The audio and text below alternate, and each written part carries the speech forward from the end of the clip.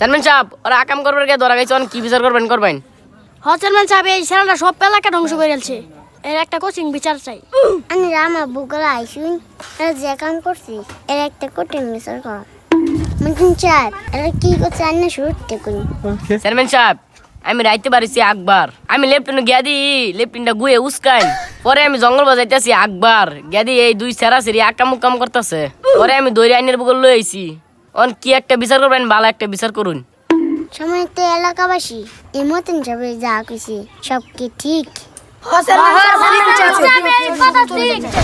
পুরা এলাকাবাসী তোমার নামে যা কইলো সব কি ঠিক